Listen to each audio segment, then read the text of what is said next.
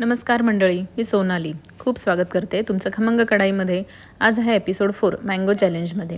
तर मग आज बनवला आहे खरवस. तर तुम्हाला पण असा प्रश्न पडतो का की खरवस बनवण्यासाठी चिकाचं दूध कुठून येईल?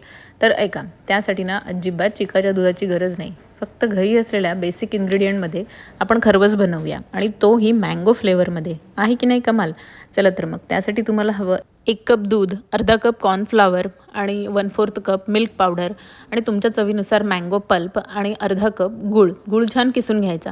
आणि हे सगळे इन्ग्रेडियंट्स एकदम छान मिक्स करून घ्यायचे. एकदम स्मूथ बॅटर व्हायला हवं.